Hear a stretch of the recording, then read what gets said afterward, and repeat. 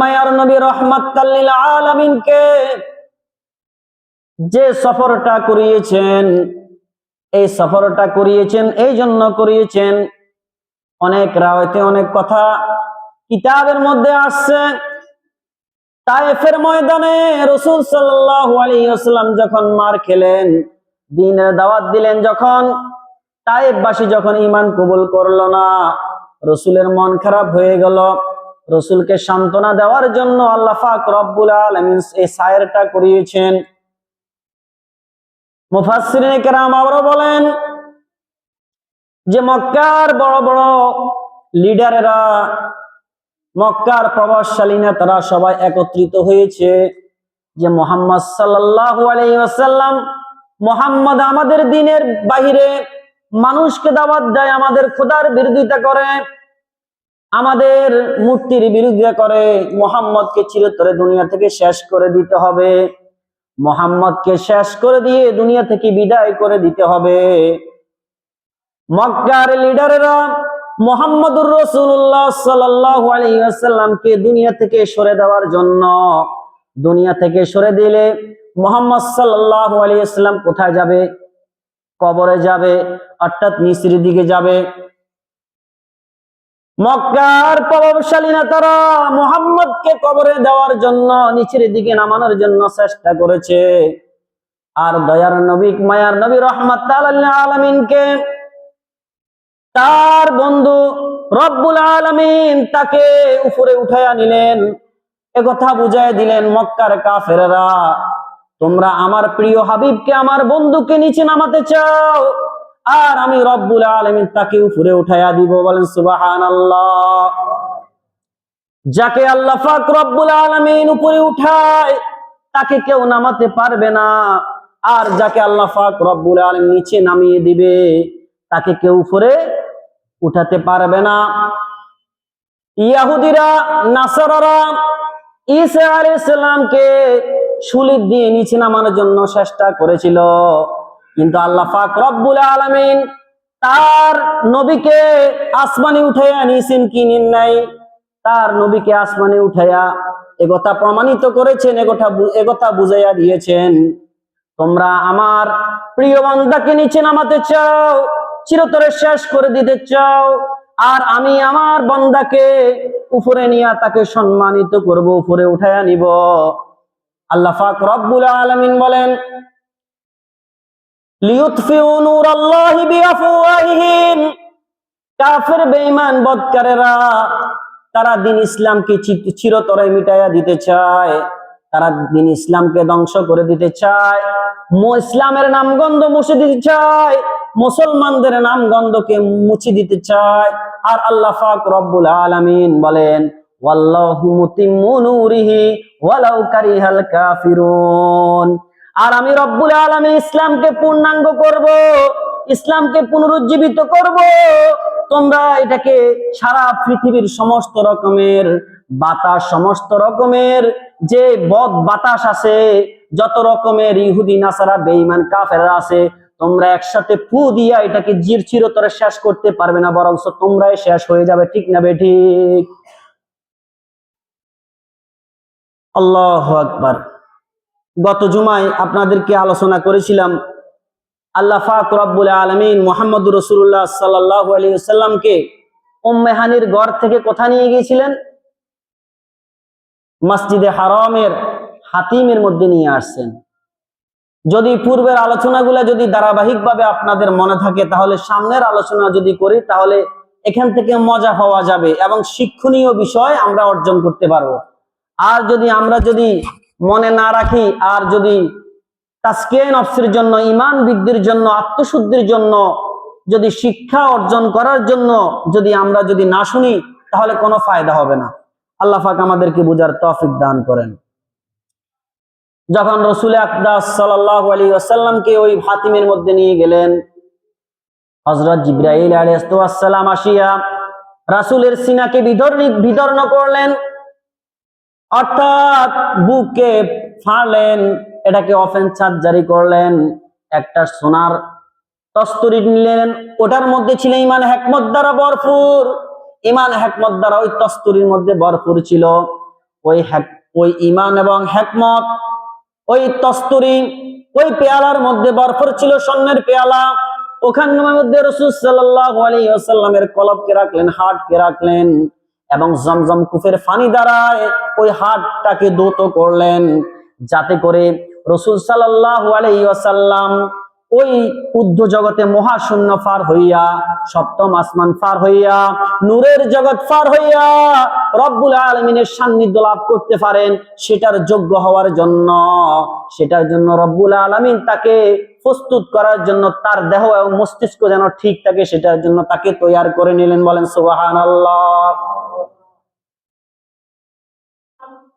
রাসূল সাল্লাল্লাহু আলাইহি ওয়াসাল্লামকে কলবকে এভাবে বের করে ওটাকে জমজম কূপের দ্বারা ধৌত করলেন, অথচ হাউজে কাউসারের পানি দ্বারা ধৌত করতে পারতেন। কেউ কেউ বলেছে জমজম কূপের পানি এত মর্যাদাপূর্ণ যেটা হাউজে কাউসার থেকেও দামি। এবং ঈমান ও হিকমতের কথা বলা হলো যে এমন একটা তস্তুরি, এমন একটা পেয়ালা, যে পেয়ালার মধ্যে কোনো কিছু রাখলে তার দৈহিক শক্তি এবং মস্তিষ্কের শক্তি পাওয়া যায়। যেরকম ভাবে দুনিয়ার মধ্যে এমন কিছু আংটি আছে যেগুলো পড়লে মানুষ কি হয়, অনেক এই শরীরের মধ্যে তাকাত লাভ করে। বিভিন্ন রকমের আংটি অনেকে ব্যবহার করে থাকে বাতের জন্য, বিভিন্ন রকমের জন্য। সুতরাং ওটার মধ্যে এরকম একটা কি ছিল, পাওয়ার ছিল, এমন একটা আল্লাহ পাক রব্বুল আলামিন ফায়দা দিয়েছেন, যার দ্বারা হাড়টা আরো সক্রিয় হয়ে যায়। তখন আবার আগের মতন কলবটাকে করে দিলেন, বুকটাকে আবার আগের মতো করে দিলেন। রাসূল সাল্লাল্লাহু আলাইহি ওয়াসাল্লামকে সফর করার জন্য উপযোগী করে তুললেন। এরপরে রাসূল সাওয়ার কিসের মধ্যে হবে, বামনটা কিসের মধ্যে হবে, ফেলেন করে হবে নাকি গাড়ি করে হবে নাকি অন্য কোন জন্তুর দ্বারা হবে? তখন জিবরাইল আলাইহিস সালাম একটা বোরাক নামে একটা প্রাণী নিলেন, যে বোরাকটা হলো সাদা রঙের, যার মুখটা ছিল মানুষের আকৃতির, যেটা ছিল খচ্চর থেকে কিছু, খচ্চর থেকে গাধা থেকে কিছুটা ছোট এবং খচ্চর থেকে কিছুটা নিচু। এটা অর্থাৎ এটা গাধা থেকে একটু উঁচা ছিল আর খচ্চর থেকে একটু নিচু ছিল, দোনোটার মাঝামাঝি ছিল। এটাকে সফর করার জন্য এটাকে উপযোগী মনে করলেন। আল্লাহ পাক রব্বুল আলামিন এই জন্তুটাকে পাঠাইয়া দিলেন। এই জন্তুর নাম হলো বোরাক। এই জন্তুর নাম কি? বোরাক। এটা আরবি শব্দ, বারকুন থেকে এসেছে। বারকুন শব্দের অর্থ হলো বিদ্যুৎ। বারকুন শব্দের অর্থ কি? বিদ্যুৎ। আরবিতে বিদ্যুৎকে বারকুন বলা হয়। এটাকে বোরাক কেন বলা হয়? এটাকে বোরাক বলা হয় এই জন্য, এটার চোখের দৃষ্টি যতটুকু যায় তার একটা কদম ততটুকু যায়। বলেন সুবহানাল্লাহ। বিদ্যুৎ প্রতি সেকেন্ডে 1,86,000 মাইল গতিতে চলে, ঠিক না বেঠিক? আর ওই বোরাকের কদম হলো বিদ্যুতের ন্যায়, বিদ্যুৎ থেকে আরো বেশি। যার চক্ষু দৃষ্টি যতটুকু যায় তার একটা কদম ততটুকু পড়ে, এই জন্য এটাকে বলা হয় বোরাক। এমন একটা আশ্চর্য যন্ত্র নিলেন, কেন ঘোড়া নিলেন না? এটার জবাব দিল যে আশ্চর্য জন্তু দ্বারা রসুলকে ভ্রমণ করানোর উদ্দেশ্য হলো যাতে করে রসুলের মুজিজা প্রকাশিত হয়। এই জন্য এরকম আশ্চর্য একটা জন্তু আল্লাহ পাক রব্বুল আলামিন সাওয়ারের জন্য উপযোগী করে তুললেন। এরকম আশ্চর্য জন্তু দ্বারাই রাসূল আকরাম সাল্লাল্লাহু আলাইহি ওয়াসাল্লামকে ভ্রমণ করাইলেন। জিবরাইল আলাইহিস সালাম ওই বোরাকের জিনপোষের মধ্যে রসুলকে বসাইলেন। তার আগে রাসূল সাল্লাল্লাহু আলাইহি ওয়াসাল্লাম তো বসার তরিকা জানেন না, এই জন্য বসার নিয়ম জানার জন্য তিনাকে দেখাইয়া দিলেন এইভাবে বসতে হয়। তিনি তখন ওইভাবে বসলেন এবং হযরত মিকাইল ইসলাম তার লাগাম টানি ধরলেন। কি টানি ধরলেন? লাগাম টানি ধরলেন। তখন ওই আশ্চর্য জন্তু দ্বারাই যখন রসুলকে ওখানের মধ্যে যখন কি করবেন, বসাবেন, রসুল যখন বোরাকের মধ্যে উঠবেন তখন বোরাক লাফ দিতে শুরু করলো। কি দিতে শুরু করলো? লাফাইতে শুরু করলো। তখন জিবরাইল বলল, হে বোরাক, তোমার কি হয়েছে? তুমি কেন বেয়াদবি করছো? তোমার ফিটের উপর এমন একটা মহামানব বসবে, তোমার সৌভাগ্য, যাকে সৃষ্টি না করলে এই সারা কায়নাত সৃষ্টি হতো না, তুমি নিজেও সৃষ্টি হতে না। এমন একটা মহামানব, সম্মানিত এমন একটা লোক বসবে যিনি রব্বুল আলামিনের কাছে অতি প্রিয়, যিনি রবের বন্ধু, তিনি তোমার ফিটের উপরে বসছে। আজকে তুমি ধন্য, তুমি কেন লাফাইতে শুরু করলে? তুমি থেমে যাও। তুমি কি করে যাও? থেমে যাও। তখন ওই বুরাকটা লগে লগে থেমে গেলেন, থেমে গেলেন। রাসূল আকরাম সাল্লাল্লাহু আলাইহি ওয়াসাল্লাম একবার এক পাহাড়ে উঠলেন। পাহাড়ে উঠার পরে ওই পাহাড় যখন দুলতে লাগলো, তখন আল্লাহ রাসূল সাল্লাল্লাহু আলাইহি ওয়াসাল্লাম ওই পাহাড়কে ধমক দিয়া বললেন, ইসবিত, হে পাহাড় থেমে যাও, ফাইন্নামা আলাইকা নাবিয়্যুন, তোমার উপরে একজন সম্মানিত নবী রয়েছে, ওয়া আলাইকা সিদ্দীকুন ওয়া শাহীদুন, এবং তোমার উপর সিদ্দিক রয়েছে, শহীদেরা রয়েছে। এজন্য তুমি কেন এরকম নাড়াচাড়া করছো? তেমন কেন তুমি এরকম কম্পিত হচ্ছ? তখন সে স্থির হয়ে গেল। কি হয়ে গেল? স্থির হয়ে গেল। এখন মুফাসসিরিনে কেরাম ওই বরাক রাসূল সাল্লাল্লাহু আলাইহি ওয়াসাল্লামের মর্যাদা সম্পর্কে জানার পরেও সে কেন এরকম লাফালাফি করলো, কেন বেয়াদবি করলো? তার তাফসীরের কিতাবের মধ্যে হাদিসের ব্যাখ্যা লেখা হয়, তারা এই বুরাক বেয়াদবি করেছে, একজন বেয়াদবি করে নাই। আসলে বরাক যখন তার মস্তিষ্ক দ্বারা চিন্তা করতে লাগলো, আমি এমন একটা ধন্য জানোয়ার, এমন একটা ধন্য জন্তু, যার ফিটের উপর আজকে একজন মহামানব আমার ফিটের উপরে উঠবে, উঠিয়া সে আল্লাহ পাক রব্বুল আলামিন আমার ফিটের উপর করিয়া তাকে সায়ের করাবেন, তাকে ভ্রমণ করাবেন। এই সমস্ত বিভিন্ন রকমের কল্পনা করতে গিয়া, বিভিন্ন রকমের চিন্তা করতে গিয়া হুঁশ হারা হয়ে গিয়া খুশিতে লাফাইতে শুরু করলো। আর এই খুশিতে লাফাইতে গিয়া রাসূল সাল্লাল্লাহু আলাইহি ওয়াসাল্লামের বসার কথা সে ভুলে গিয়েছে। বলেন সুবহানাল্লাহ। এরপরে যখন জিব্রাইল বলার সাথে সাথে তার হুঁশ যখন ফিরে আসলো, বরাক তার সমস্ত দেহ থেকে ঘাম বের করিয়া এবং ঘাম নির্গত করিয়া এবং মাথা অবনত করিয়া রাসূলকে সম্মান করতে শুরু করে দিল। বলেন সুবহানাল্লাহ। এখন ঘাম কেন বের করলেন এবং কি মাথা কেন অবনত করলেন? এটার জবাবে মুফাসসিরিনে কেরাম লেখে যে দিমাগ এবং কি চিন্তা বুঝ, মানুষের চিন্তা চেতনা বুঝ, বিভিন্ন রকমের এই যে জিনিসগুলা থাকে, এগুলা থাকে কোথায়? দিমাগের ভিতরে থাকে। এবং কি দিলের ভিতরে থাকে কি? দিলের ভিতরে থাকে মহব্বত, সুখ দুঃখ ইত্যাদি। এবং বুরাকের দেহটা হলো রক্ত মাংসে হাড্ডি গড়া একটা জন্তু। এখন বুরাক তার মস্তিষ্কের চিন্তার কারণে এবং কি তার মনে মনে রসুলের মহব্বত কিন্তু ছিল, কিন্তু সে ভুলে গিয়েছে ওই খুশির তাড়নায়, চিন্তা ফিকিরের তাড়নায়। এই জন্য ঘাম এটা দেখা যায়, মাথা অবনত করা দেখা যায়, কিন্তু দেখা যায় না কি যে রসুলের জন্য যে মহব্বত রয়েছে তার অন্তরের ভিতরে, এটা কিন্তু দেখা যায় না। এই জন্য বরাক তার পুরা শরীর থেকে ঘাম বের করে একথা বুঝাইতে চাইলেন যে প্রকাশ্যে অপ্রকাশ্যে যাহা দেখা যায়, যাহা দেখা যায় না, সমস্ত অঙ্গ প্রত্যঙ্গ দিয়ে রাসূল সাল্লাল্লাহু আলাইহি ওয়াসাল্লামের যে বেয়াদবি হয়েছে, এই বেয়াদবির কারণে রাসূলের তাজিমের অনুভূতি সে প্রকাশ করলো। বলেন সুবহানাল্লাহ। এটাও রাসূলের একটা মুআজিজা। এটাও রাসূলের কি? রাসূল সাল্লাল্লাহু আলাইহি ওয়াসাল্লামের এটাও একটা মুআজিজা।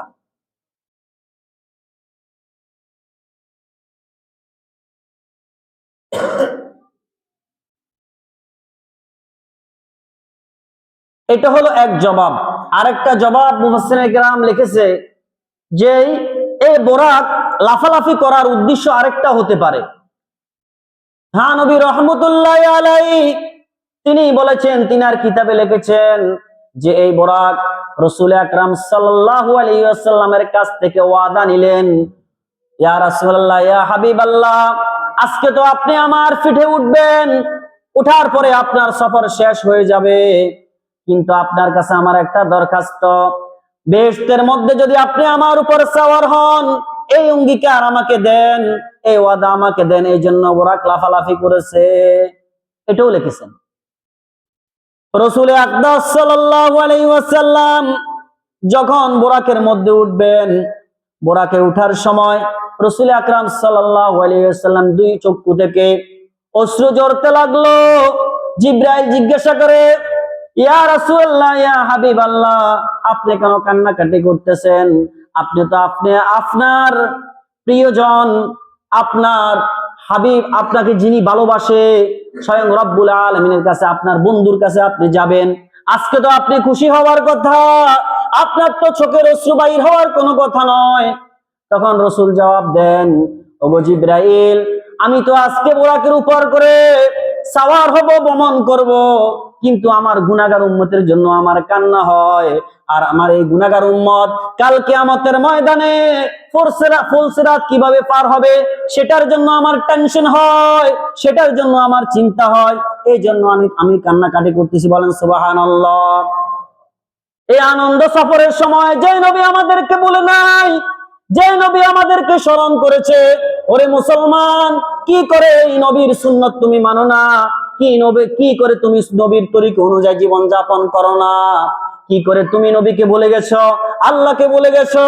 যেই নবী সব সময় উম্মতের জন্য কান্নাকাটি করে, তার মতন এরকম প্রিয় ব্যক্তি, তার মতন আর কাউকে পাওয়া যাবে না। আমরা বলি আমার স্ত্রী অনেক আমার জন্য আপন, আমার মাতা পিতা অনেক আপন। না না না না, সবচেয়ে বড় আপন হলো নবী, দয়ার নবী, মায়ার নবী। আমাদেরকে জাহান্নাম থেকে বাঁচানোর জন্য এখনো রওজা মুবারকের মধ্যে কান্দে উম্মতি উম্মতি বলিয়া। কাল কিয়ামতের ময়দানেও কান্নাকাটি করবেন। এই মেরাজের সফরও যে নবী আমাদেরকে বলে নাই, আমরা কি করে সেই মহানবীকে, মহামানব রাহমাতাল লিল আলামিনকে ভুলে গেছি? অথচ নবীর আদর্শ ভুলে গিয়ে আমরা শয়তানের আদর্শে আদর্শিত হচ্ছি, শয়তানের তরিকে আমরা চলছি। আল্লাহ পাক আমাদেরকে বুঝার তৌফিক দান করেন। যখন রাসূল সাল্লাল্লাহু আলাইহি ওয়াসাল্লাম বুরাকের উপর সওয়ার হলেন, সওয়ার হওয়ার পরে রাসূল আকরাম সাল্লাল্লাহু আলাইহি ওয়াসাল্লামকে সামনে জিবরাইল লাগাম ধরে রাখলেন, মিকাইল লাগাম ধরে রাখলেন, জিবরাইল তার সাথে রয়েছেন। এবং দনজন যখন রাসূলকে সায়ের করাতে লাগলেন, এই বোরাকের কদম বিজলি গতিতে যেখানে তার চক্ষু দৃষ্টি পড়ে, সেখানে ওই বোরাকের কদম পড়ে। এখন যখন যাইতে লাগলেন, পথিমধ্যে কিছু ঘটনা ঘটলো, যে ঘটনাগুলা আলেমী বরকতের সাথে সম্পর্ক রয়েছে। এক নম্বর হলো, যখন রাসূল সাল্লাল্লাহু আলাইহি ওয়াসাল্লাম চলতে লাগলেন, চলার পথের মধ্যে, রাস্তার মধ্যে এমন একটা জমিন পড়লো, এমন একটা জমিন পড়লো যে জমিনটা খেজুর গাছ দ্বারা ভরপুর ছিল, খেজুর গাছ দ্বারা ভরপুর ছিল। তখন জিবরাইল বলে, ওগো নবী, আপনি কি জানেন এই গাছ, এই জনপদ কি আপনি কি জানেন? বলে, না, এই জানি না। বলে যে এটা হলো ইয়াসরাব। ইয়াসরাব শব্দের অর্থ হলো গ্রাম। ইয়াসরাব শব্দের অর্থ কি? গ্রাম। এটা হলো গ্রাম, অর্থাৎ মাদিনা। রাসূল আকরাম সাল্লাল্লাহু আলাইহি ওয়াসাল্লাম যখন মক্কা থেকে মদিনায় হিজরত করে গেলেন, তখন এটার নাম হয়ে গেছে মাদিনা। মাদিনা অর্থ শহর। মাদিনা অর্থ কি? আগে কি ছিল? ইয়াসরাব। ইয়াসরাব মানে কি? গ্রাম। রাসূল যাওয়ার পরে কি হয়ে গেছে? শহর হয়ে গেছে, মাদিনা হয়ে গেছে। এই জন্য এটাকে কেউ যদি এখন ইয়াসরাব বলে, মাকরুহ হবে, গুনাহ হবে, এটা বলা জায়েজ নেই। তখন জিবরাইল বলল, ওগো নবীজি, আপনি 2 রাকাত সালাত আদায় করেন, যেহেতু এটা এক সময় শহর হয়ে যাবে, এখানে আপনি হিজরত করে আসবেন, এই জন্য আপনি 2 রাকাত সালাত আদায় করেন। রাসূল সাল্লাল্লাহু আলাইহি ওয়াসাল্লাম ওখানে 2 রাকাত সালাত আদায় করলেন। এরপরে চলতে চলতে এমন একটা জনপদে আসলেন, এমন একটা জায়গার মধ্যে আসলেন যেটার জমিনগুলা হলো সাদা। এই সাদা জমিনের মধ্যে যখন আসলেন, তখন জিবরাইল বললেন, ওগো নবীজি, এখানে আপনি নামাজ পড়ুন। তখন ওইখানে নামাজ পড়লেন, আর বললো, এটা হলো মাদাইন, আপনি মাদাইনের মধ্যে আসছেন, এখানে আপনি নামাজ পড়েন। এখানেও রাসূল সাল্লাল্লাহু আলাইহি ওয়াসাল্লাম নামাজ পড়লেন। নামাজ পড়ার পরে রাসূল সাল্লাল্লাহু আলাইহি ওয়াসাল্লাম সফর করতে লাগলেন। আবার কোন কোন রাওয়াতে পাওয়া যায়, রাসূল আকরাম সাল্লাল্লাহু আলাইহি ওয়াসাল্লাম মাদাইনে নাসিয়া তুরে সিনার মধ্যে আসলেন। তুর পাহাড়, যেখানে মুসা আলাইহিস সালাম আল্লাহর সাথে কথা বলেছেন, তখন আল্লাহ পাক রব্বুল আলামিন তাকে কিতাব দান করেছেন। তখন জিব্রাইল বলল, ওগো নবীজি, আপনি মুসা আলাইহিস সালাম যেখানে আল্লাহর সাথে কথা বলেছে, আল্লাহর সান্নিধ্য লাভ করেছে, আপনি ওই পাহাড়ে আসছেন, তুর সিনার মধ্যে আসছেন, এখানে 2 রাকাত সালাত আদায় করেন। ওখানে 2 রাকাত সালাত আদায় করলেন। এরপরে চলতে চলতে এমন একটা জায়গার মধ্যে আসলেন, বাইতুল লাহাম নামক এমন একটা জায়গার মধ্যে আসলেন। তখন আবার জিব্রাইল বলল, আপনি নামুন। তখন জিব্রাইল আলাইহিস সালাম রাসূলকে নামাইলেন। নামানোর পরে ওখানে 2 রাকাত সালাত আদায় করার জন্য বললেন। ওখানে 2 রাকাত সালাত আদায় করার পরে বলল, আপনি কি জানেন এই জায়গাটা কোথায়? বলল, আমি জানি না। বলে, এই জায়গাটা হলো হযরত ঈসা আলাইহিস সালামের জন্মস্থান, যেখানে মরিয়ম আলাইহিস সালামে ঈসা আলাইহিস সালামকে জন্ম দিয়েছে। বলেন সুবহানাল্লাহ। যেটার নাম হলো বাইতুল লাহাম। বাইতুল লাহাম। ওইখানে 2 রাকাত নামাজ পড়লেন। ওখানে নামাজ পড়ার পরে চলতে চলতে এমন একটা রাস্তার মধ্যে আসলেন, যে রাস্তার মাথার মধ্যে এমন একটা বুড়া ব্যক্তি রাসূলকে ডাকে, হে নবী, আপনি আমার কথা শুনুন। জিব্রাইল বলে, না না, তার কথা শোনা যাবে না, চলুন চলুন চলুন। রাসূল সাল্লাল্লাহু আলাইহি ওয়াসাল্লাম চলতে লাগলেন। এরপরে কিছু দূর যাওয়ার পরে আরেকটা বুড়ি মহিলার সাথে সাক্ষাৎ। তখন বুড়ি বলে, হে আল্লাহর নবী, হে মুহাম্মদ, থামুন, আমি কিছু কথা বলবো। জিব্রাইল বলে, না না না, আপনি সামনে চলতে থাকুন, চলতে থাকুন।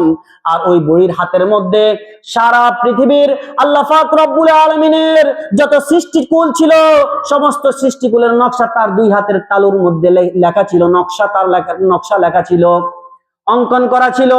তার 2 হাতের তালু খোলা ছিল, আর 2 হাতের তালুর মধ্যে আল্লাহ পাকের যত সৃষ্টিজীব রয়েছে, সমস্ত সৃষ্টিজীবের নকশা তার 2 হাতের তালুর মধ্যে ছিল। এরপরে চলতে চলতে যখন গেল, তখন ডান দিক থেকে এক ব্যক্তি বলে, এ মুহাম্মদ, আমার কিছু প্রশ্নের জবাব দিয়ে যান। তখন জিব্রাইল বলে, না, প্রশ্নের জবাব দিবেন না, সামনে চলতে থাকুন, চলতে থাকুন। আবার কিছুক্ষণ পরে বাম দিক থেকে একজন বলে, হে মুহাম্মদ, আমার কিছু প্রশ্ন রয়েছে, আপনি আমার কিছু প্রশ্নের উত্তর দিয়ে যান। কিন্তু জিব্রাইল বলে, না না, আপনি সামনে চলতে থাকুন, সামনে চলতে থাকুন। এরপরে এমন একটা জামাতের সাথে রাসূলের সাক্ষাৎ হলো, যারা বলতে লাগলো, আসসালামু আলাইকুম ইয়া আউয়ালু, আসসালামু আলাইকুম ইয়া আখিরু, আসসালামু আলাইকুম ইয়া হাশিরু। এইসব শব্দ দ্বারাই রাসূলকে সালাম দিচ্ছিলেন। তখন জিব্রাইল বলে, ওগো নবীজি, আপনি তাদের সালামের উত্তর প্রদান করুন। তখন জিবরাইল আলাইহিস সালাম তাদেরকে সালামের উত্তর দিয়ে দিলেন। এখন প্রশ্ন জাগে যে এই সমস্ত যে ঘটনা ঘটলো, এরা কারা? তখন জিবরাইল এই প্রশ্নের জবাবগুলা নিজেই দিচ্ছিলেন। ওগো নবী, আপনি কি জানেন সর্বপ্রথম যার সাথে সাক্ষাৎ হয়েছিল, যে বুড়া বেটা ছিল, এই বুড়িয়ার কথা কি আপনি জানেননি? এই বুড়াটা কে? বলে, আমি জানি না। বলে, এই বুড়াটা হলো শয়তান ইবলিস। এই বুড়াটা হলো কি? আপনি যদি ইবলিসের কথা সাড়া দিতেন, তাহলে আপনার উম্মত ইবলিসের ভক্ত হয়ে যেত। আর যে বুড়ি মহিলাটাকে দেখলেন, এই বুড়ি মহিলাটা হলো দুনিয়ার এক সময় যৌবন ছিল, সে জোয়ান ছিল। তার যৌবনের উপরে অনেক যুবক আসক্ত হইয়া, অনেক বনি আদম আসক্ত হইয়া তাদের জিন্দেগি সমস্ত কিছু বরবাদ করে দিয়েছে। আর ওই মহিলাটা, ওই দুনিয়া নামক মহিলাটা, তার প্রেমের ছলাকলার মধ্যে মানুষকে ফালাইয়া, মিথ্যা ধোঁকা দিয়া অনেক মানুষকে চাকা দিয়েছে। আর এই চাকা খাইয়া অনেক মানুষ জাহান্নামী হয়ে গেছে। আর দুনিয়ার অবস্থা হলো এমন অবস্থা যে দুনিয়া এখন বৃদ্ধ অবস্থায় পৌঁছে অবনীত হয়েছে। সে এখন বৃদ্ধ অবস্থা, বুড়ি মহিলা হয়ে গেছে।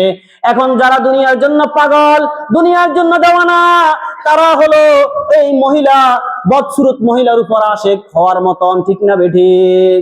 যারা দুনিয়ার জন্য এখন পাগল, দেওয়ানা, দুনিয়া এখন বৃদ্ধা মহিলার মতন হয়ে গেছে, বদসুরত হয়ে গেছে। সুতরাং প্রেম করলে তো হ্যাঁ, এমন একটা সুন্দরী মহিলাকে করা দরকার, উচিত ছিল, এটা হলো বিবেকে বলে। এখন বদসুরত এই বুড়ির মহিলায় কাউকে যদি প্রেমের প্রস্তাব দেয়, সে কি প্রেম করবে? করবে না। অথচ যারা দুনিয়াকে ভালোবাসে, দুনিয়ার প্রেমে মত্ত, তারা ওই বদসুরত মহিলার প্রেমে হাবুডুবু খাওয়ার মতন। আর ওই মহিলাটা মানুষের সাথে এমন ভালোবাসার চলাকলা দেখাইয়া মানুষকে জাহান্নামে ফাটাইয়া দেয়। আসলে ভালোবাসে না, আসলে কি করে না। যারা দুনিয়াকে এখনো মহব্বত করে, তারা ওই বুড়ি বদসুরত মহিলাকে ভালোবাসার মতো। তখন জিব্রাইল বলে, আপনার উম্মত যদি ওই মহিলার ডাকে সাড়া দিত তাহলে আপনার উম্মত কি হয়ে যেত? আর আপনার উম্মত আখিরাতের পরিবর্তে দুনিয়াকে প্রাধান্য দিত, আর মানুষ দলে দলে গোমরাহ হয়ে যেত, দুনিয়াদার হয়ে যেত। আপনার উম্মত আখিরাতের আর ফিকির করতো না। আপনি জবাব দেন নাই, এই দুনিয়া এবং কি শয়তানের জবাব দেওয়া যাবে না, এই জন্য ওখানে আমি জবাব দেওয়ার জন্য নিষেধ করেছি। এরপরে ডান দিক থেকে যে ব্যক্তি আপনাকে ডাক দিয়েছে ওইটা হলো ইহুদি। আপনি যদি ইহুদির ডাকে সাড়া দিতেন তাহলে আপনার উম্মত ইহুদি হয়ে যেত। আর বাম দিক থেকে যে ব্যক্তি আপনাকে ডাক দিয়েছে সেটা হলো নাসারা। আপনি যদি তার ডাকে সাড়া দিতেন তাহলে আপনার উম্মত নাসারা হয়ে যেত। এজন্য নিষেধ করা হয়েছে যে তাদের জবাব দেওয়া যাবে না। তারা বলেছিল কি, আমাদের কিছু প্রশ্ন আছে, আপনি প্রশ্নের উত্তর দিয়ে যান। এরপরে যারা আপনাকে আসসালামু আলাইকুম বলেছে তারা হলো আম্বিয়া কেরাম, হযরত মূসা আলাইহিস সালাম, হযরত ঈসা আলাইহিস সালাম, হযরত ইব্রাহিম আলাইহিস সালাম। আম্বিয়া কেরাম আপনাকে সালাম দিয়েছে, এই জন্য সালামের জবাব দেওয়ার জন্য আপনাকে বলেছি। তারা ছিল আম্বিয়া কেরামের জামাত। বলেন সুবহানাল্লাহ।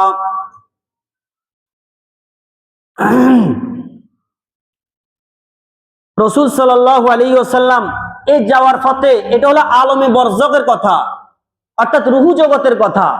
এটার সাথে এটা কি রসুলের জান্নাতে যাওয়ার আসমান ভ্রমণ করার সময় হয়েছে না জমিনে হয়েছে, এটার মধ্যে সঠিক কোনো সিদ্ধান্ত পাওয়া যায় না।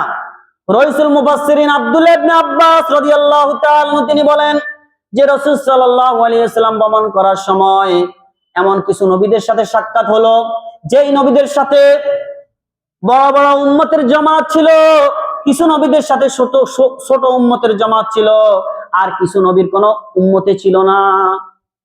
এরপরে একটা জামাতের সাথে সাক্ষাৎ হলো, ওই জামাতটা বিশাল এক জামাত। রাসূল দেখে আশ্চর্যান্বিত হলো এবং জিবরাইলকে বলল, ওই জামাতটা কার? তখন জিবরাইল বলল, এই জামাতটা হলো হযরত মূসা আলাইহিস সালামের উম্মতেরা। তখন রাসূলকে বলল, নবীজি আপনি আসমানের দিকে তাকান। তখন যখন রাসূল আসমানের দিকে তাকাইলেন, পুরো আসমান জুড়ে বিশাল উম্মতের বহর। এটা দেখিয়া রাসূল খুশি হয়ে গেলেন। এরপরে জিবরাইল বলে, এরা শুধু নয়, আরো ৭০,০০০ উম্মত আপনার রয়েছে, যাদেরকে আল্লাহ পাক রব্বুল আলামিন বিনা হিসেবে জান্নাত দান করেন। বলেন সুবহানাল্লাহ। প্রত্যেক একজনের সাথে আরো ৭০,০০০ রয়েছে। বলেন সুবহানাল্লাহ। এরা কারা? এরা হলো ওই সমস্ত লোক যারা নিজের ভাগ্য গণনা করে না, কোন কাহিনের কাছে গিয়া, কোন খুনারের কাছে গিয়া নাম গণনা করে না যে আমার কি সমস্যা, হুজুর একটু নামটা গনি ফুড়ি চান চাই। এটা আসলে এমন একটা শিরক, আপনার ঈমান থাকবে না। যে ব্যক্তি এই নাম গণাইবে তার 40 দিন পর্যন্ত তার ঈমান, কোন নামাজ রোজা হজ জাকাত কোন নেক আমল কবুল করা হবে না 40 দিন পর্যন্ত।